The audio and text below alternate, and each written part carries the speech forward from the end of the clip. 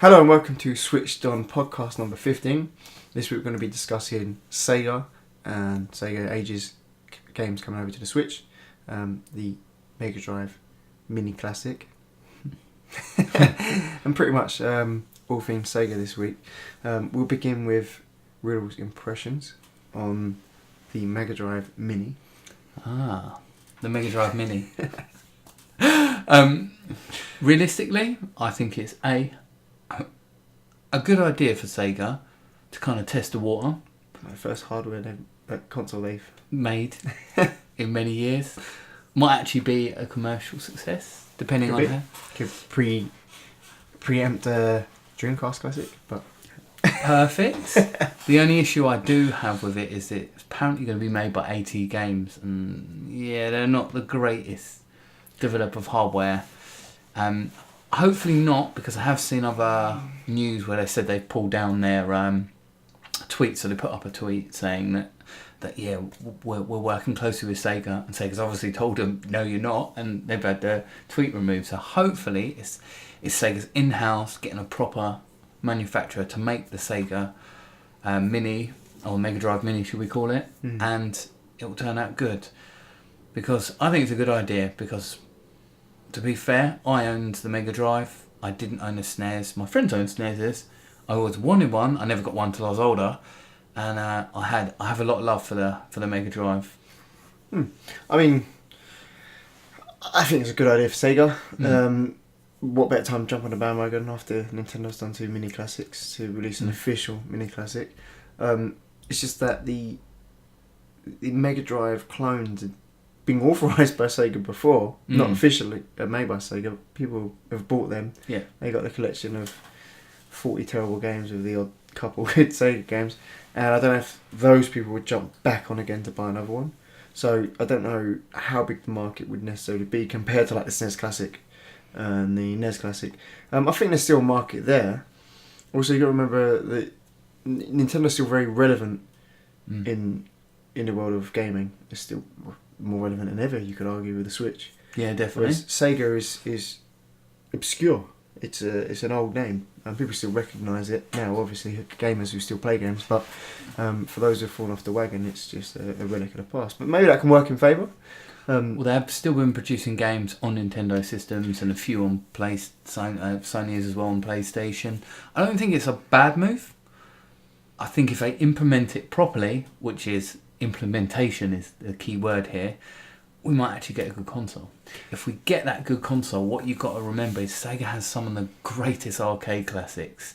Yeah, but if it's a Mega Drive Classic, there would be ones that have been ported to the Mega Drive, right? Yeah, of course. Yeah. I mean, it's got to meet the standard requirements. It's got to be output at 1080p or 720p minimum. Yep. They've got to be HD. Save states would be great. If they bring the Sonic games, it's going to be easy to switch from the Knuckles mode. Yeah. No convoluted mess. I think they're probably... I mean, the rumour has it they're working with M2, wasn't it? The team who helped to port their classic games to the virtual library with Nintendo before. Oh, yeah. So that's a good sign. Yeah, that is. But there's another step. It's not just... you don't want to just play Mega Drive games that are blurry on a modern HD TV. They've got to be that next step up. But do you think they could have learned from Nintendo and saw how well they implemented it? It's a mini classic. It's like they're going for exactly the same thing, man. Like it is tiny. It is the full... It's still got the volume key on it and the reset button. Yeah. And I think it looks really good. I think it looks nice. For me... Remember Europe here, for me, and probably quite a lot of Europe, Mega Drive was massive. Mega Drive was, I think, bigger in Europe than it was in America in relation to SNES. So, yes. Everyone knew someone who had a Mega Drive. Yeah. No, I mean, I think about like our generation and beyond upwards. Do they want to dive into Mega Drive Classic? Sega is is a dead brand to people who aren't on the gaming bandwagon. People who've given up on games, people who moved on. It's, oh, do you remember they used to make stuff, right, Sega? Yeah. Whereas like Nintendo, Sony and Microsoft are still very much in the conversation. They're in the front of you when you walk into a shop, you know. But There's a remember, Nintendo section. after Wii U was quite forgotten about, quite unloved. They still had their heavy fans or hardcore fans. Yeah, but it was only a stone's throw away from the Wii success, right? Where everyone's nan and mum was playing games. Yeah. And it's just, like, Nintendo's, are you playing your Nintendo? Is how, like, the parents used to say it. Like, the name of the company is bigger than, if you like, than the consoles. Yeah. Whereas, like, Sega's obscure to non-gamers or casual gamers. It's more of like a forgotten brand. I mean, that could work in favour, bring people back into revisiting the past, but I just don't know if the reach is as broad in that respect. I think, personally, I'm going to hold judgment until they've had the reviews, because it's coming out in Japan first rather than in the rest of the world, which I think giving us the time when it's coming out sometime this year. They didn't really state when, but it was just a small announcement. But it's good to see that Sega are trying to sort of come back, but not in a way of, hey, we're making a Dreamcast 2, 3 or a Dreamcast Millennial or whatever they want to call it. Whenever I just picture Sega starting up the old factories that have just gone to dust. Like, we're in the console business again, boys. Let's do this, Dreamcast 2. Yeah, but Sega goes crazy. Sega is always what Nintendo won't. No, Nintendo don't. Yeah, well, it's Nintendo don't, but it's Nintendo won't, so they won't do. So, I mean, they had a tough time at the end of their life. No, Sega they made some really bad decisions. Sega was on the brink at the start of this decade. By like 2012, 2013, Sega was like, right, we're hemorrhaging money now. We're struggling to keep. We can't keep going this way, and they've turned it around. They make, I think, the equivalent profit Nintendo was making prior to the Switch coming out. Oh, okay. Right, so they were making big money, like pachinko machines and arcade machines still in Japan are massive. So it was in that side of things actually more than anything else. It wasn't even really in the gaming sector where they was thriving. Yeah.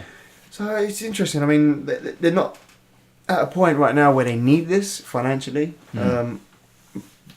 So then why are they doing it? I would think it's they're trying to get the gaming brand back up and running. They're sitting on some good franchises. Exactly. And they modernise them.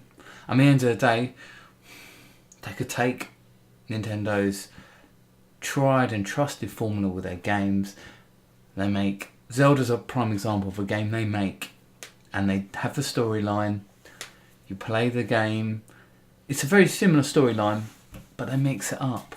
The songs are in different orders. Yeah. The familiarity, the nostalgia is consistent, but it's fresh enough to get you on board. I mean, we know Shenmue 3's coming. Shenmue 1 and 2. I mean, I'm digressing here, but Shenmue 1 and 2 I was going to bring that. That was my next topic I was going to drop in. So we'll segue straight into that. So, you know, Sega's releasing new games of old franchises. You know, it was crowdfunded, but wow, it was really quick. It reached its target very quick. And there's no way that crowdfunding was enough to build a game. That was just to measure the demand. And the demand's there. So I'm wondering if Sega's sitting on this potential goldmine of classic. I mean, look, Virtual Soccer, like, I didn't particularly like that game, but we live in a buy system of football games where you play either FIFA or PES, Pro Evolution Soccer, right? The choices are limited now, so the competition isn't as great, but you can imagine if there was a third one to come back in, got the licensing up, just threw a spanner in the works, maybe it's completely arcadey and people enjoy it.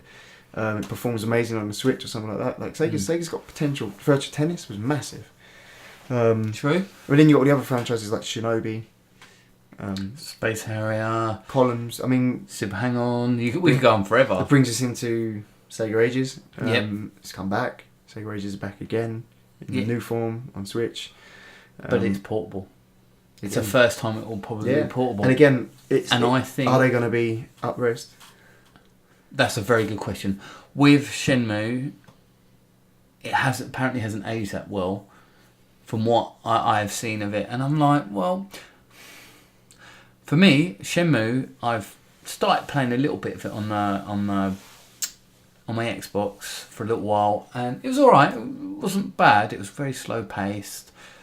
But I think if I have it on, like on the PC where I can do it and we can mod it, because it will get modded. There's no two ways about that. If the graphics aren't up to scratch, some team will be like, "Nah, this game's wicked," but we need to. I don't know if the graphics are going to be the issue with games like that. I think it's just that the industry moves on. That's just the gameplay, like the tolerance people have for those type of games now. I mean, I never played Shenmue, so I've seen it being played. I've been around watching people play it. I've watched it on YouTube in recent years. I like the look of it. I think I would have almost loved it when it came out. Definitely. But we're a probably smaller demographic of gamer now. Yes. In the grand scheme of things, the more casual gamer, the more games of service type of gamer now picks up Shenmue. It's just not going to play. It's not going to be satisfying to play. No, I think it's a bygone era. I think the reason they done it wasn't for the newer.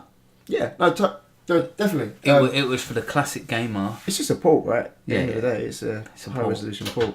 I think like Sonic's a good example of how you cannot just release a port nowadays. You're talking about Sonic Mania. Yeah, because you look at Sonic Mania, and that's how Sonic games should play. Yeah, that's fixed a lot of the issues and the niggling irritations with the older game. Just even having widescreen, just being able to see what's coming up a little bit more. Yeah, helps with unexpected deaths. Better level design, crisper graphics. They just look better than ever before. You can't just bring out like a Wii style version of Sonic on the Switch and go, "Hey, it's Sega Ages, buy this." I don't know if the demand will be there. I mean, well, it might be, but I don't know if it'd be justified.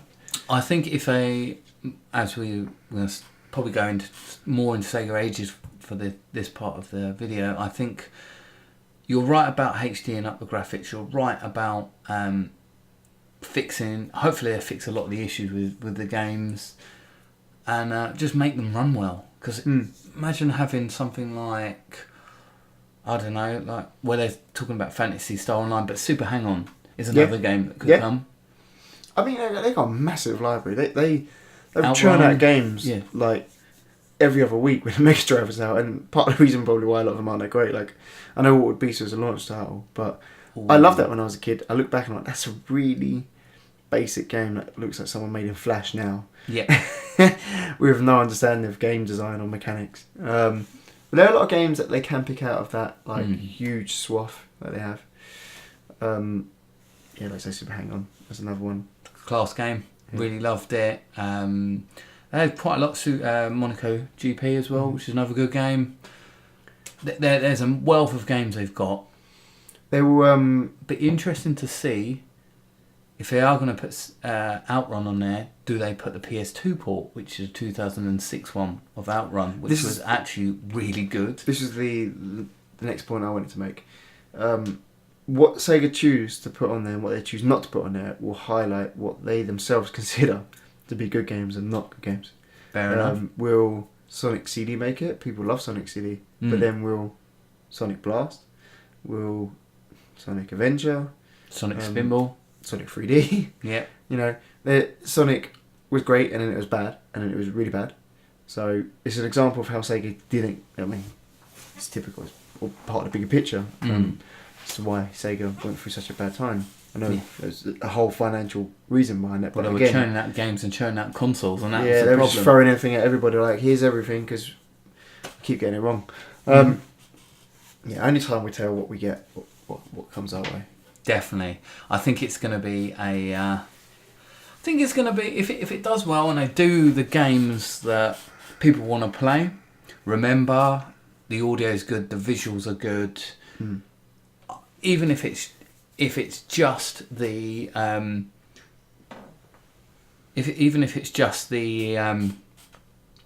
Mega Drive that does really well, not the stuff on the Switch, or the Switch does really well and the Mega Drive Mini doesn't. If they can get that formula right, it might do really, really well. 3 sneezes. Right, okay. I wonder what was going on there. So, lucky you didn't do it the other way around. Get the wrong impression. It's the wrong video for that. Oh, right, cool. No, how well Mega Drive does, I think, could be an indication of following like sort of consoles. I'm surprised they Well, I mean, I wouldn't be too surprised if they don't go back to the Master System. It sold enough. better than the NES in the UK. Yeah, it did. It's a great little console. Very good console. Some really good games on it, Yeah, especially it's from amazing. Disney. Yeah. Disney have great games. Actually, my preferred version of Sonic is on the Master System because it's slower. I know it sounds like blasphemous, but I don't like going too fast. I like finding secrets. Yeah. I know what you I'm mean. a Mario player by nature, hey, let me explore for reasons. I'm going to completely digress here, but Sonic, I loved Sonic growing up, but I play the games now and like half the level just doesn't need to be there. Why would I need to go back left just to find more rings? And go back right and then get hit in the spikes that I got those rings for. There's just no reason to find a hidden path or go the wrong way. I always in thought a Sonic game. You just got to hold right, get through the level as best you can, and then eventually you just get through the whole game. See, for me, I wasn't the biggest fan of Sonic. I didn't have an interest. I still don't really have the biggest interest in Sonic. But like I grew up like with an older brother who had a Mega Drive. I was Tails, so I had infinite lives. It was a really good game zone actually, and he'd get to a boss and he'd let me play as Tails and fight that boss while he hid in the corner. It was fantastic. It kind of built my love for games in some respect, and it was good having that cart sort of game zone. It doesn't really work so well now, disappearing off the screen and Sonic's running ahead or Tails runs ahead and Sonic falls back. But I go back to the Master System ones and they were just that little bit slower, a little bit more methodical. Definitely. You had to platform a little bit more. Yeah. So just like spinning and getting through a broken wall. I don't know. Maybe time has tinted my view on Sonic a little bit. Possibly. But I'll be playing it again on Switch. Well, if it comes out, I might actually bother to play. Yeah. But pricing. Pricing is one thing. Switch tax. If it's 50 quid, I'm just like, far. Yeah. No, I don't mind paying like 15 quid for 15 games, and I think that's a fair price. I know it won't be. It'll probably be about 25. I don't see it being over that. Really? I could see it being £30. I mean, maybe £30. It's ironic because Sonic Ages on the PS2 was like what, 2,500 yen or whatever was the price of a game, which is dirt cheap, and I just don't see that being the case now. No, maybe not. It depends on the quality of games. Yeah, it does. Interestingly, I wonder how much Shenmue 1 and 2 are going to be. 30 quid, do you reckon? I don't think it should be more, but again, Switch tax, it could be... Well, it's not going to come to Switch, it's coming to... Oh, is it not coming to Switch? Of course not. No. PS4, Xbox and PC. I meant on a PC. I wonder what... I think it'll be about 30 quid on PC. I wonder if it does come to Switch though. I reckon it will do.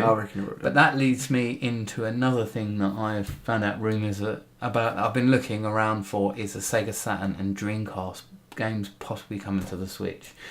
That would be really good. Personally, there's some good Saturn games I want to... Japanese ones? Yeah. Almost certainly, yeah. I mean, like, Nintendo has been really pushing that Japanese vibe. They're embracing their Japanese heritage and pushing all the games out. Yeah, and even the actual association with the company now it's gone very Japanese. It's like Bowser's Kingdom in Mario Odyssey. They're embracing it big time. Or even Kakariko Village in Zelda. Yeah, that was so Japanese. Yeah. So Japanese. Why do you think they allow that? I think that Sega's taken from that, and that's why Shenmue's coming out. Yeah, but again, like where were Sega? All of a sudden, hi, we're Sega, we're back. Yep. Like, but are they? This is what time will tell. I personally, I want to see like. I would like to see a fourth console. I would love to see that. But there's always this debate about the room for it. It's funny because the debate comes from a lot of people who don't really think about it. They just think it's not a financially viable option for somebody else to enter the sphere, if you like. Atari's looking at it with an Atari flashback. But not necessarily Steam boxes. Yeah, true, but these companies are making millions. Or probably like FIFA making millions of pounds because they target the social gamer. Yeah, so just a quick... But why couldn't we have a fourth? This is my point about this, about like the economic viability of too many consoles, right? And an overpopulated ecosystem, and that's all founded on the video game crash. Yeah. Right. It's video games in their infancy, the industry couldn't even walk at the time. It's just finding its footing, right? Like it was the soundless black and white of its era of the movies. You cannot measure past failures on the current environment of both gadgets, technology, development environments. I mean, look, everybody's using x86 architecture now, or some form of. Yeah. And if Sega brought out essentially a PC, basic operating system that was in a box, like a Steam box, that had Sega's branded on it, and had the word Genesis in it, or the word Dreamcast in it, or something like that, and they managed to tie in all the big third-party publishers because the games are so easy to port over, there's almost no cost involved. The possibility exists that you could have a fourth pillar, but it needs to bring something different, obviously. Why would I pick Sega over Xbox? Because you can't have just another graphical machine that sits under your TV that does the same as the other two, because then, people barely have the courage to buy both. Not courage, the money. The money, yeah, that's the right word I'm looking for. To buy an Xbox and PlayStation just for the exclusive, which differentiate them. Yeah, there's a slight graphical difference, but in reality, it's not significant. Nintendo has done that brilliantly. Right, we got the Switch. It isn't as great graphically, but can it do this? Yeah, can you pick it up? Can you pick it up and play while laying vertical? Yeah, exactly. So if Sega does that, then what's Sega's angle? That's a good question. What is their angle? I don't have the answer to that because I'm not working for Sega. Is it something crazy like out of the box you can play any Sega game from Virtual Console? Because that could be a good angle. Yeah, right, cool. I can download any game I've ever played from Sega. Yeah, exactly. From the get-go. Could be massive. It could be any game that was licensed on any Sega console ever. So it's a bit like a Virtual Console machine, but then at the same time, hey, I can play Grand Theft Auto 5. Yeah, exactly. And then they're bringing new ones out as well. So they're bringing new IPs out to say, hey, look, this is it's a pipe dream, man. But and I'm not even the biggest of Sega fans. I converted to Nintendo very early on in my gaming career. Yeah, because it's a career, isn't it? It's I got my saves on my PS1 memory cards, surely. No, yeah, but I just love to see that, an E3 press conference where Sega come out here's our console. We've got 10 exclusive games coming from these major franchises that you know and love. Plus, we've got all these games that are going to come out on Xbox and PlayStation also coming to our system now. But the reality is they would have to partner with a major company like Google or something like that and have that difference. But it's got the Android platform and it's doing something different. Yeah, exactly.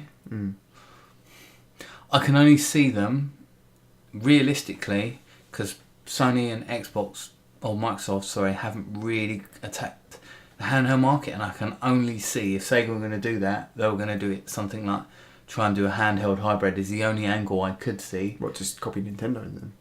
What, they love copying Nintendo? But I mean that is a minimum competition, then, aren't you? Nintendo has competition. Yeah. And it is different from the other two. Yeah. But it is the same as only one other device. Yeah, that's possible. But again, the initial investment needed for R&D. Yes. They would have to partner with somebody like Samsung or someone like Google, I think. Yeah. I mean, why wouldn't they want to get in on the game industry? Yeah. It isn't overpopulated. Steam tried. Steam failed because of marketing, I think. Those Steam boxes were a decent idea. But again, how do you frame it? How do you position it? I just think Sega didn't really want to pull out of the hardware business. It was only Sega America that were like, "Hey, Sega Japan, this is what we need to do. It's time we gave up hardware." I think Peter Moore might have been the man at the time who propositioned that prospect. I think the biggest issue that Sega had in those years were Japan and America, especially in the 90s, wanting to bring out two different consoles. They couldn't just say to each other, hey, we're going to have this hugely console. Fractured. Yeah, massively fractured. And I think it crippled them. It's crushed them. Well, Sega Japan made moves that essentially betrayed Sega of America. Left them, contract deals and agreements with other brands and companies were just thrown out the window without really any discussion with their Western counterpart. Yeah, definitely. And I mean, they're reluctant to let it go. They looked to Microsoft to sort of create a natural bed or home Yep. for their console fans.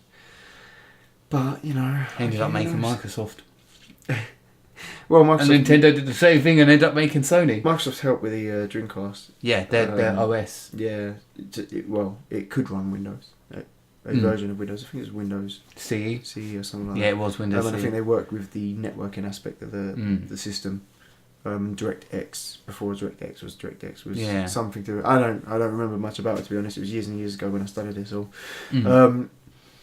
But hey, we've just diverted on a crazy idea, and that's just probably never ever going to happen. But it's about as likely as Sony releasing another handheld. True. I don't think they are going to release. Sony aren't going to release another. Sony's making money, man. I mean, they were taken to an international court and broken up by law to fracture their company and sell off assets which weren't making money, and they are in a profitable situation now. And it's the PlayStation brand that's doing it for them. Yeah. Most notably the PS4. Yeah. So they're sailing higher. They're selling more units than ever before. Yeah. They're still dominating. They've still got great exclusives. I mean, God of War has come out the other day. Yeah, You see him rave reviews, which Size is currently playing.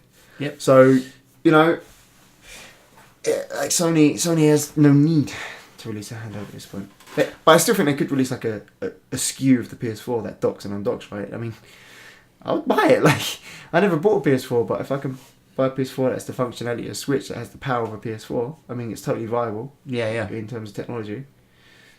Yeah. The Vita, a shame the Vita didn't get supported properly, because that had the power to take on a 3DS. They just didn't support it. Why call it the Vita? Why not just call it the PSP 2? That's your first mistake, Yeah, true. right? Like, life. PS Yeah. Live died quick. Yeah. But we're digressing a little bit now. Yeah. Swing it back around.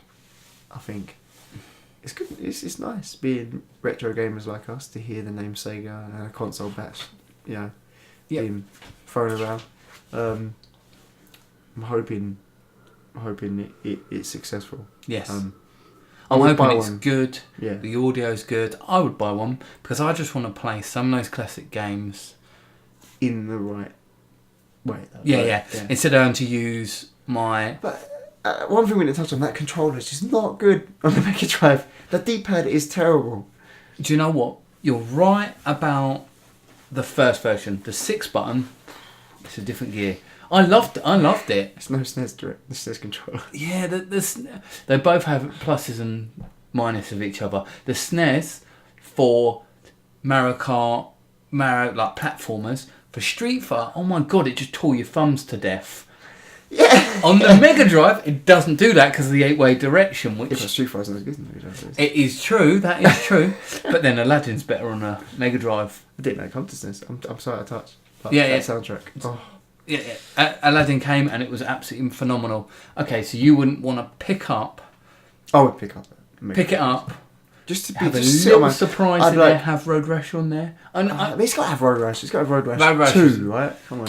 Road Rash 2, 1, 2 and But 3, have them all. Here's what the Mega Drive had more than the SNES. It had a lot of sequels. Yes. There was Golden Axe 1, 2 and 3, right? And we There get was- Mortal Kombat on there with all the blood and gore Yeah, that Nintendo well, wouldn't have. Yeah, it was purple or something weird like that, right? No, it was red. It was red. Yeah. The blood. But like, you had Sonic 1, 2 and 3 and Knuckles. You had, I think like every major brand they had like multiple sequels. Yeah, on the definitely. Mega Drive. Alex Kidd had a couple on there. Which Nintendo just didn't do. You had Mario, you had Zelda, you had Mario Kart, you had Metroid. Yeah. There were no sequels. You can't say that because the SNES had Mario 2 and... No, All Stars was just a port. Yeah, But you're talking like if you're talking like SNES original games. only had one Mario. Nintendo. I mean, we had Yoshi's Island, but that's not Mario. That's the beginning of a new franchise. I know it was in Japan Super Mario World 2, but that's just irrelevant. But I know what you mean. Mega Drive had loads and loads, but... That's what I'm saying. What ones do you bring? You can't bring them all because I just think it would turn into a mess. No. I mean, maybe you could have 60, 70 games, but I mean, what Sonic do you pick up first? What Sonic is better? What Streets of Rage do you start with? What That's Road true. Rash do you start with? You know? What Thunder Force you start with? games like that. Every game I can think of, I think had a sequel, except the terrible ones like Water Beast. I don't think that got one. No, I didn't I've said it twice now. Yeah, I think depending on how they implement it, I still think if they had a way you could connect to the internet and download more, that would be a good that is a better angle because. But it's essentially like a Raspberry Pi. It's but bigger then than a Raspberry. how do they make money from that? Well, I don't know. I'm not a businessman. No, but I mean, just the ideas, man. See, Nintendo made something that was closed, right, and everyone complained. But then when you do hack it, they left a little message there to say, "Look, we know you're doing this. Basically, just don't mess the software up. Be a bit respectful about it. But you know, go ham, have fun." Yeah. Sega's in a position where they can afford it. I mean, the last time they had to deal with piracy was the death of them. Hello, Dreamcast. Yeah.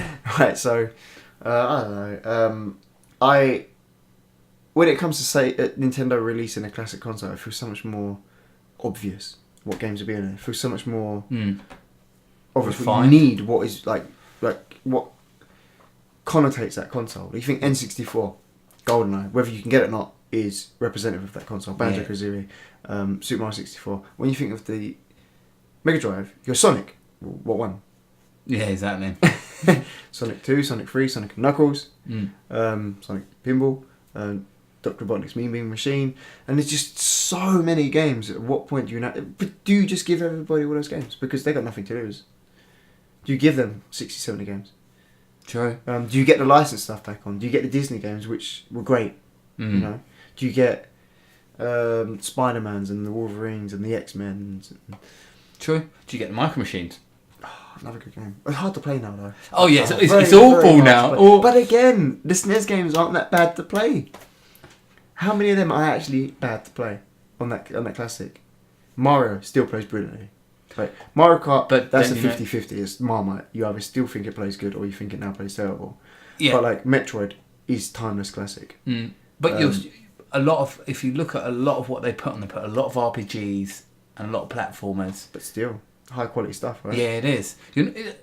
There's timeless. Like most of those games, I would say like 15 of those games in a SNES classic, if were released now by some indie developer, never existed before, would get 7 or 8 or 9 out of 10.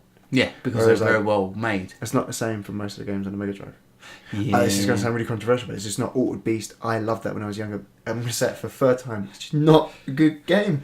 Even Golden Axe doesn't play that great. Golden Axe, yeah, I have to agree on that. I loved Golden Axe. Doesn't play that great. Road Rash, I love Road Rash, and I will still play that now. Yeah. But it doesn't play that great.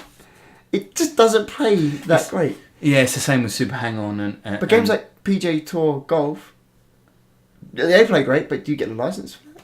Like, is that still relevant now with golf? Like, yeah, exactly. You know what I mean? I don't know what you mean. There is a quality Nintendo has, but we won't really know until we get the classic, and one of us will get it. I know. Probably more than one of us, let's face it. Yeah, we are. One of us is going to get it. I didn't get the NES Classic, so maybe not. Maybe I didn't get it either. I aim to get it. Depends on cost. What is the cost going to be? Well, if Sega comes out and says the success of the Mega Drive Classic will determine the success or the potential releases of other Sega classics, then I will buy one just to hope. I never owned a Dreamcast, and I will happily I want a revisit Dreamcast. that via Dreamcast. I never owned one. I played it. Loved the bass fishing though. That was quite good fun. I played it. It was just noisy. It's quiet now in comparison to PS4. Yeah. But it was noisy for its time. You know, you very play that secretly at night and you wake up with your parents. With your friends' parents, depending on whose house you're at. Yeah, and run and hide. No, I don't know, man. I think it's a good sign. We just cling to Sega and nostalgia, though. That's what I think it is. I think take that away, and what is Sega? That is true. Well, no, that's not necessarily true because they have made some good games in between. Sega, last 10 years. Go. I mean, they have made stuff. They published stuff. I mean, certain things come to mind already, but go. Okay. Yeah, right. So you don't think of that. Like, even in Nintendo's dark years, the Wii U, people were like Super Mario 3D World. They had the 3DS that was rocking. Pokemon Go. You know, look at when they announced Mario Run on mobiles. Yeah, there was a big thing furore about that. Miyamoto coming on stage at the iPhone announcement, the keynote. Yep. And it was a big thing. When Sonic came to mobiles, that wasn't a big thing. And I know why. It's because Sonic goes to all platforms. But the reality is, Nintendo's brand and the significance of that is massive. Sega isn't as significant now in any way as what they once were. Yeah. I mean, they've ruined Sonic. Like, people get excited for Sonic in fear of getting heartbroken. Like, yeah, I'm really excited. Please don't be bad. Please don't be bad. Please don't be bad. You're not like that with like Nintendo or Sony or when God of War was announced. Like, most people expected it to at least be 7 out of 10, and were blown away by how good it is. When Halo's announced, like, granted, the last Halo didn't make everybody happy, but it's hardly a 5 out of 10. It's still a good game. You're going to have solid fun playing. Game. Yeah. Right. It's just they made mistakes, and the next Halo is going to be a great game. So, like when you think of Sega releasing Sonic, you're like, is that still a thing? Is his legs extra long this time?